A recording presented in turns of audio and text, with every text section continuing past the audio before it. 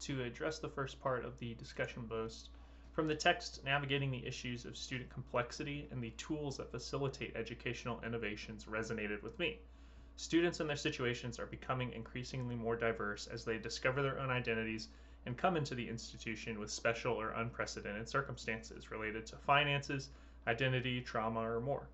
It can be hard to have black and white policies and procedures in an ever increasing gray colored world. Um, how do we balance the needs of these students while not compromising the institution's integrity, accountability, and other students' needs? Crafting and curating the right tools for students so they can continue to be educated in a way that works for them will be challenging as well in the future. Compromising age old principles and methods will be hard for some, but due to changing trends in education and student attitudes and mentalities, educators are going to have to adapt and adopt new teaching ways like AI to reach the next generation.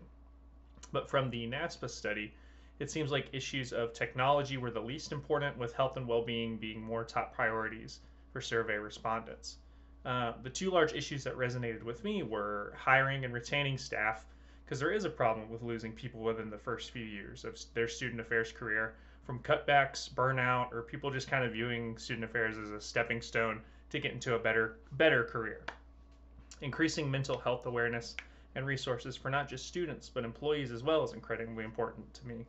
And burnout can hurt people in numerous ways, and the stresses that come from being at a higher education institution can dramatically affect a student's mental health. Making sure we provide adequate mental health services is essential to keeping these students and staff healthy. To address the second part of the discussion post, the findings from the Taub and Kewen article and the updated presentation resonated pretty well with me in my own journey.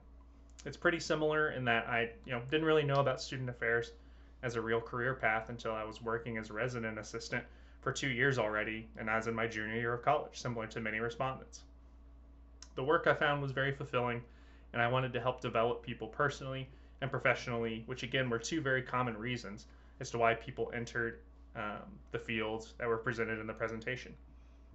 I think leaders should be aware of how much people look up to them and see them as mentor figures that can drive new people to come into the field, and how to keep motivation and morale up, because again, there are high attrition rates, especially in the early years of people's careers.